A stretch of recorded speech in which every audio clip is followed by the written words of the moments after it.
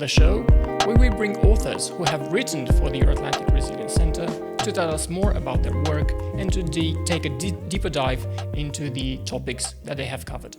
And today we are privileged to have with us Dr. Arpad Todor, our own colleague, who is the author of the Enhanced Analytic Resilience Index, edition 2025.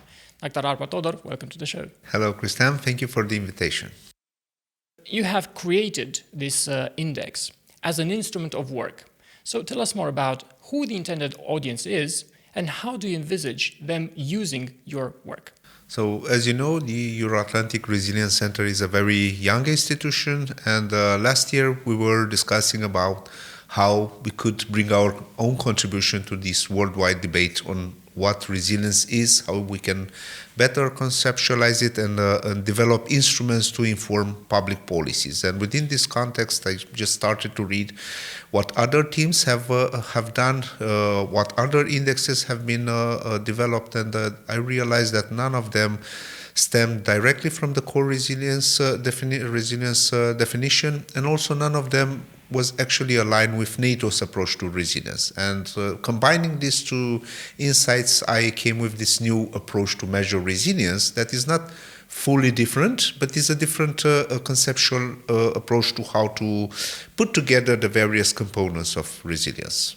And I think the intended audience are basically all people interested in resilience, policymakers, policy planners, and also because our center is focused on the Euro-Atlantic area to inform both NATO and the European Union about how to better conceptualize and develop public policy instruments based on this kind of indexes.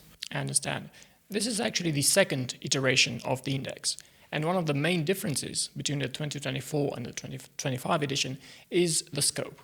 Whereas in 2024 you aimed for a global index, in 2025 you opted to narrow your research to just NATO member states. Yes. So can you tell us more about why you have made this decision? So the index have been developed from the beginning to be able to be adaptable for regional analysis, and within the context of Russia's war against Ukraine and the changes that happened at the level of the alliance, we've discussed and decided that it will be a very good idea to focus just on NATO, to see if we just put our analytical focus on NATO, is the index still useful as an analytical instrument, and do we have to modify it? And also, can we actually inform something in terms of what NATO could do better in terms of enhancing its members' resilience? And I think we managed to the results show that the index is also useful if we just focus on NATO members who, if we compare to the average state that is present in the first edition, are states which are much more developed, richer. They have some of the features that are measured in such indexes are close to the top. For example, like they have much better infrastructure. The GDP is close to the top. So NATO members also overlap with the most developed countries in the world. Can you also say that we have a greater degree of confidence in the data that we are gaining from these NATO states as opposed to other countries where perhaps social, economic, political situation does not allow for an accurate collection of data? So to a certain extent, yes, but the index has been developed to use such variables that are for which we have data for most of the countries in the world. On the other hand, the limitation is that as you measure countries which are more stacked to the top of basically most of the variables, good quality of government, infrastructure, health infrastructure, it's much more difficult to differentiate. So the data is of better quality, yes, but it's much difficult to actually measure differences between states. So that's you also have to compensate for this. Tell us more about the data. How do you aggregate the variables? How do you choose the variables? Because always when you start doing such an index, the first 3, 4, maybe 5 years is dedicated to just refining the methodology. So tell us more about the methodology you have chosen and what kind of data you are selecting to use for the index?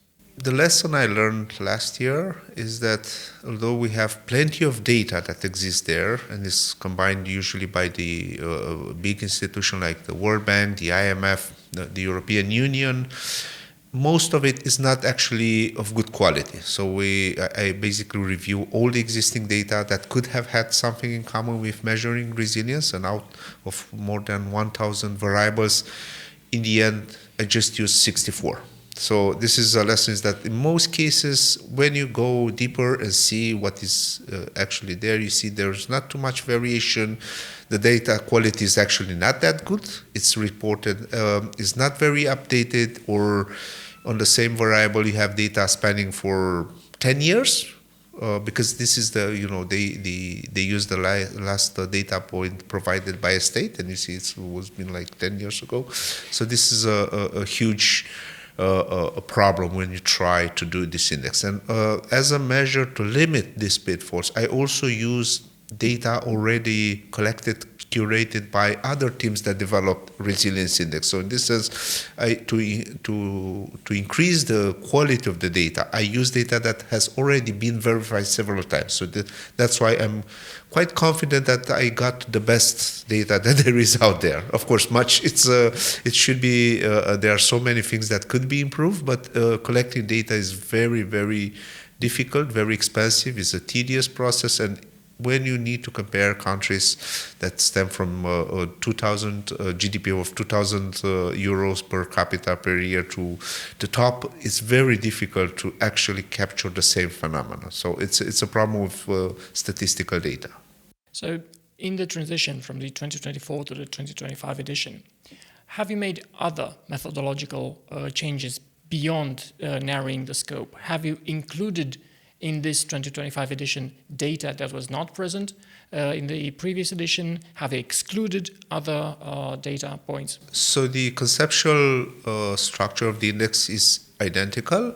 For the last year's edition, the reference last year was 2022, because this was usually you need like 2 years. There's a data lag. To have all the data sent, verified to the institution. And now I also took into consideration data published in 2023, 2024, and in some indexes for 2025, although they also reflect data for the last 2 years.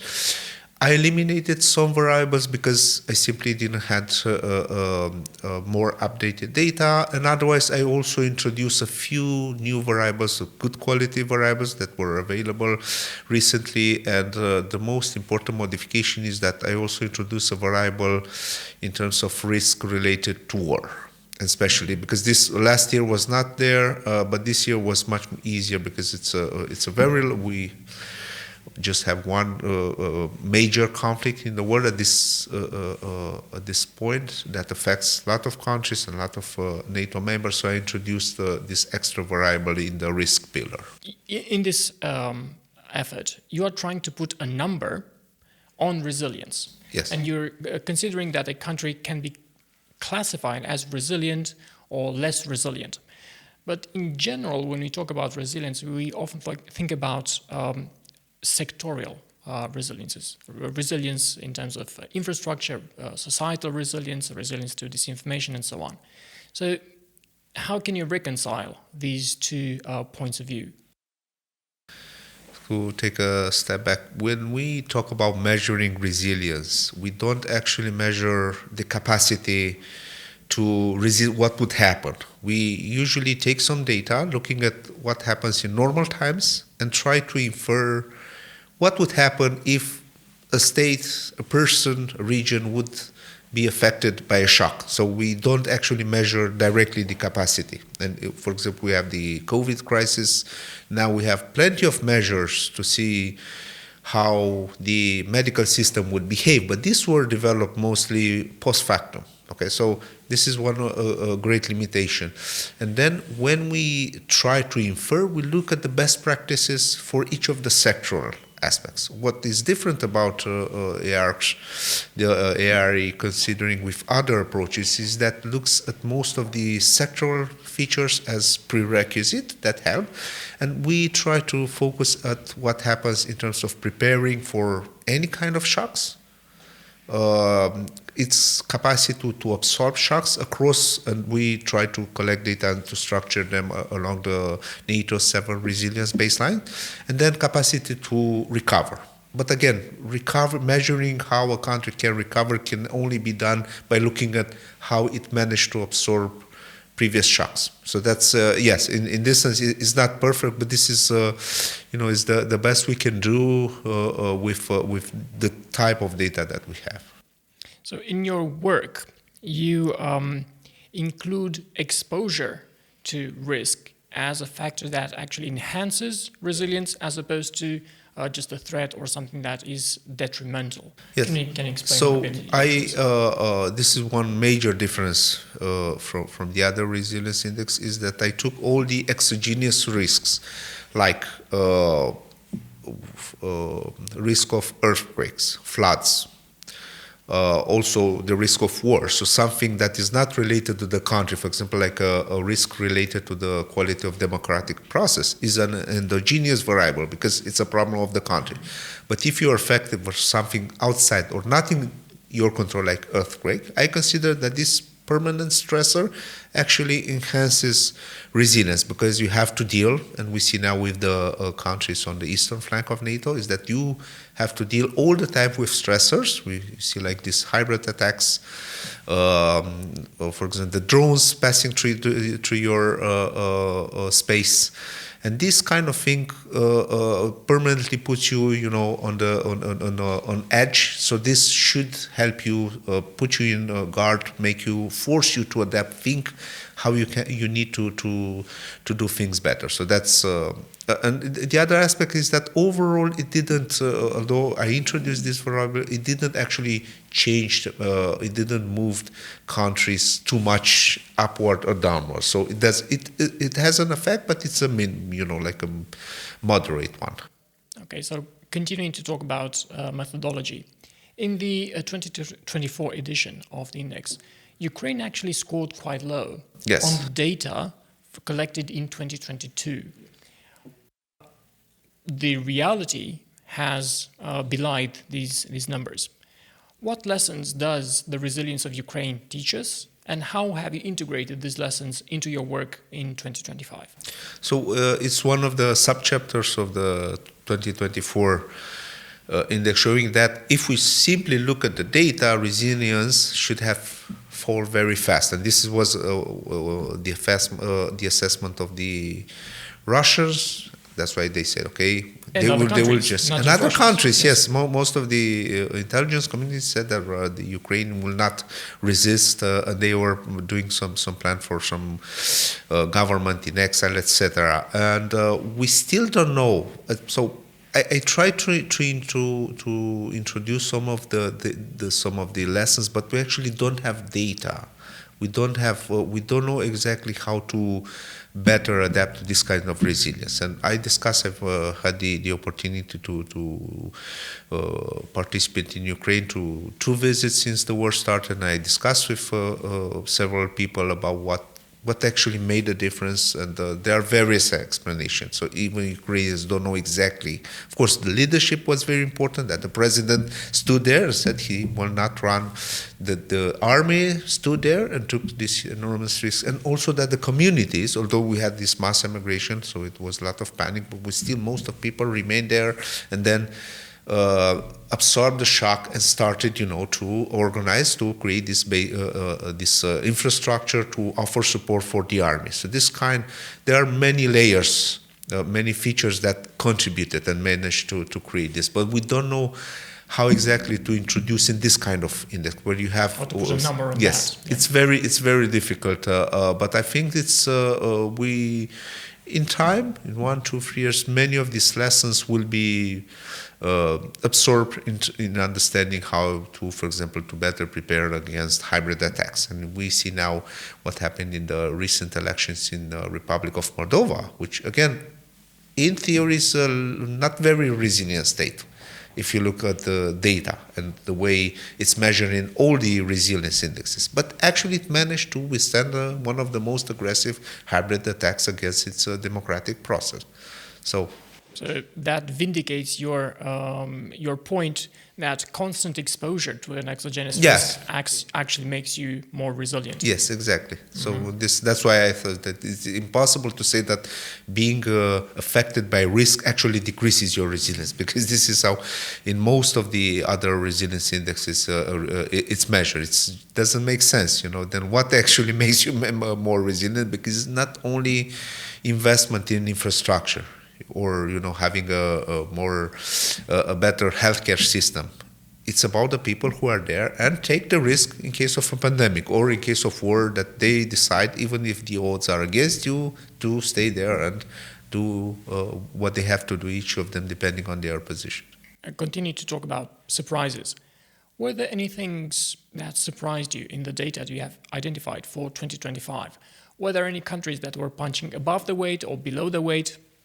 So actually the surprise is that there were no major surprises, and that there is a smooth, continuous in the scoring of the system. So I was expecting to have more like two groups, but actually it's not like that. So actually the scoring is different, 0.5, 1.5 points. So it's very, very smooth. This is a surprise for me. It actually shows that even if some countries are stronger in terms of their military capacity, infrastructure, actually doesn't make them much more resilient necessarily if you look at all the data that is out there. So that's one of the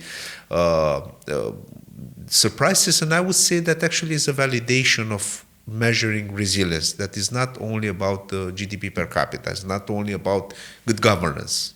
So it's not only, even if you have a country that, for example, both Ukraine and Republic of Moldova and other countries have high perception of corruption, they still manage to have continuity of government. And people would trust, even if they are asked in a question, in a normal opinion survey, do you trust the government? They would say, no, we don't trust.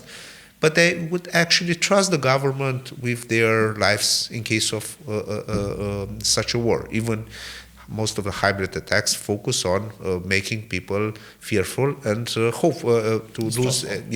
To say, okay, I don't trust this government. They are not able to protect me. So there is again, we don't have the instruments to carefully differentiate between this lack of trust, for example, in politicians or maybe as specific leaders, and lack of trust in the government as per se, as something that functions, and then it's a functionality of the society.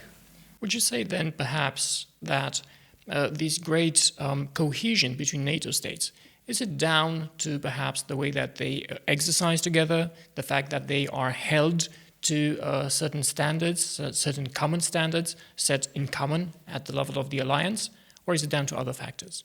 So the fact that NATO functions more and more as a team of states that are doing things together, and also there is a common approach to measure resilience. So this is implemented to the Defense Planning Capability Survey, and it allows each member to self-evaluate with the same instruments. It really makes a difference, because even if the aggregate data at the NATO level doesn't actually lead to common approaches necessarily, the fact that you see this survey as an ideal where you should be, it allows each member state to actually self-evaluate and propose some. So this generates some kind of synergy. So I would say that definitely it makes a difference working in team.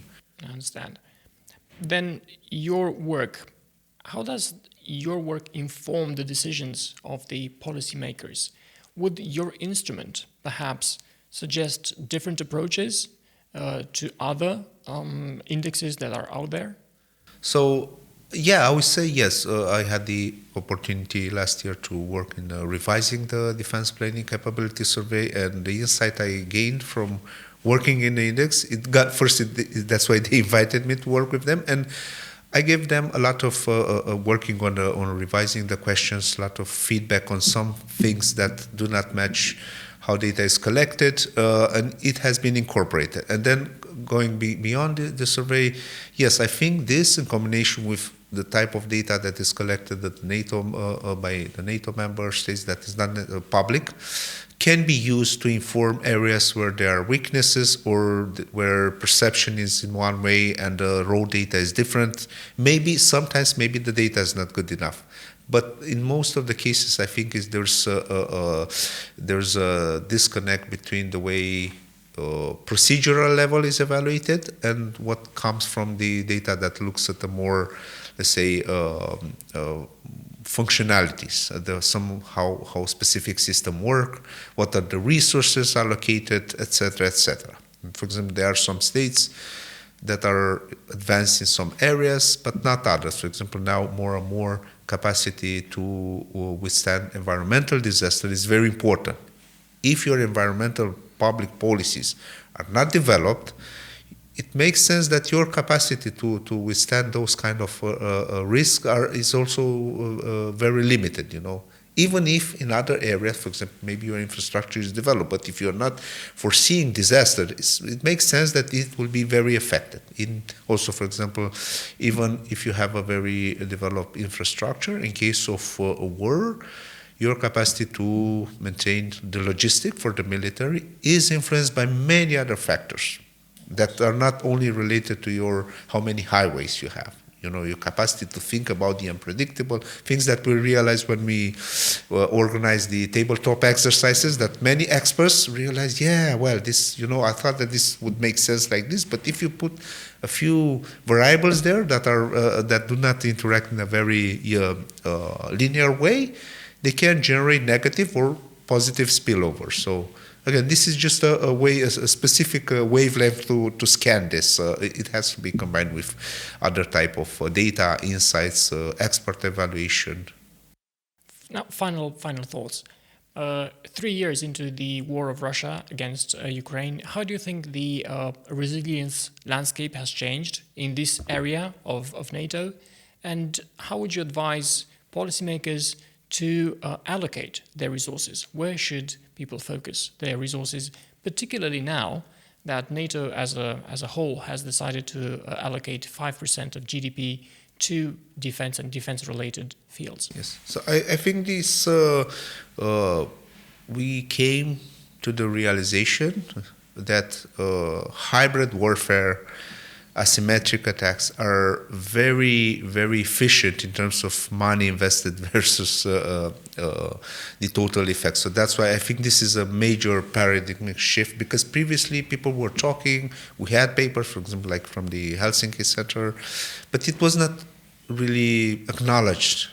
And I think this started especially after the Brexit and what happened with the evaluation of how exactly many people got to vote there, and we've seen that hybrid attacks are organized more and more efficient, and this is a new front. It's everywhere and needs constant upgrading, constant vigilance, and it will become more and more part of the defense. So it creates this kind of fusion, and you cannot actually, even if you invest a lot in military, you have military strength.